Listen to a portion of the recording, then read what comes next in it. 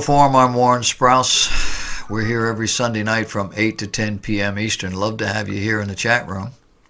I want to talk to you about how to destroy America. It's not my idea. This comes from Colorado Governor Richard Lamb. He outlines 8 methods for the destruction of the United States. I don't know when this happened, but apparently he was at a meeting somewhere, and he was asked to speak. And he says, no nation in history has survived the ravages of time.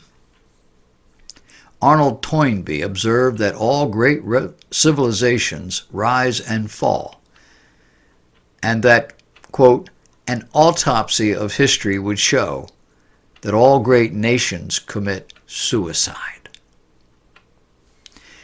Governor Lamb says, here's how they do it. Using America as the illustration, he said, first of all, you turn America into a bilingual, multilingual, or bicultural country. Because history shows us that no country can survive that kind of tension, that conflict, that antagonization. A man by the name of Seymour Lipset put it this way: the histories of bilingual and bicultural societies that do not assimilate are histories of turmoil, tension, and tragedy. He pointed to Canada, to Belgium, Malaysia, and Lebanon, all of which are currently facing crises of national existence, in which minorities press for autonomy, if not independence. Pakistan and Cyprus have been divided. Nigeria has suppressed an ethnic rebellion. France faces difficulties with the Basques, the Bretons, the Corsicans, and the Muslims. Secondly, he says you invent multiculturalism and you encourage immigrants to maintain their culture wherever they are. Make it an article of belief that all cultures are equal, that there really is no cultural differences. Make it an article of faith that the Black and Hispanic dropout rates are due solely to prejudice and discrimination by the majority. And make sure that every other explanation for that catastrophe is out of bounds.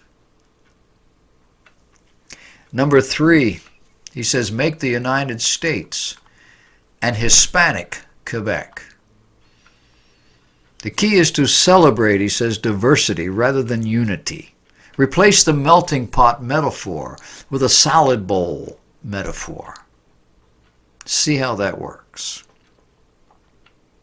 Number 4, he says, I would make our fastest growing demographic group the least educated. Add a second underclass, an underclass that is unassimilated, undereducated, and make sure they're antagonistic to our native population. Make sure this second underclass has a 50% dropout rate from high school. Have you figured out yet he's using actual statistics for these percentages? Number 5, get big foundations and businesses to give the following efforts lots of money. Give money to ethnic identity, along with the cult of victimology. He said, I would get all minorities to think that their lack of success was the fault of the majority. And I would start a grievance industry blaming all minority failure on the majority. Number 6, include dual citizenship and promote divided loyalties. He says, I would celebrate diversity over unity. I would stress differences rather than similarities. Diverse people worldwide are mostly engaged in hating each other. That is, when they're not killing each other. A diverse, peaceful, stable society is against most historical precept. It's not natural. Number 7, make it taboo to talk about anything against the cult of diversity. He said, I'd find a word similar to heretic in the 16th century that stopped discussion and paralyzed thinking.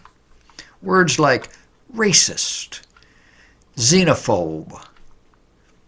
They also halt discussion and debate. Number 8, I would next make it impossible to enforce our immigration laws. I would develop a mantra that because immigration has been good for America, it must always be good. I would make every individual immigrant symmetric and ignore the cumulative impact of millions of them. And lastly, I would censor Victor Hanson Davis's book, Mexiphonia. I don't know if you're aware of that book. It came out a couple of decades or so ago. It was a big, big deal. His book is dangerous. It exposes the plan to destroy America. If you feel America deserves to be destroyed, don't read that book. Now, the book highlights how a liberal government allows undocumented immigrants into their state out of sympathy. How farmers and others take advantage of them with lower wages and less comfortable working conditions. And how the liberal politicians encourage them to come in order to swell their own margins at the ballot box. He's talking about California. That's why he called it Mexiphonia. As he was saying all of these things, the report is that the audience sat spellbound. And then he said, if you believe America is too smug, too self-satisfied, too rich, then let's destroy America. It's not that hard to do. You are on another planet if you don't know what's happening at our southern border. We have built 80 miles of fence. 1,900 miles to go. We've got upwards of 20,000 border patrol and an untold number of military at the border currently. This march that we've been hearing about for months arrived at the California border. They didn't arrive at the Arizona border. They knew California was their best chance. California legislators will happily let these people in, knowing they will spread out across the Southwest and on into every state in the Union. This is a case of feelings over law, over logic, over reality. And the mention of Victor Hanson's book, Mexiphonia, is what Hanson wrote, a stark look at what's been going on in California. And he wrote this book a decade or more, or two ago. The last 2 decades have shown us how to transform a state, and perhaps how to transform these United States. A nation without a secure border ceases to be a nation. And it doesn't matter how you feel about the people. That's not the issue.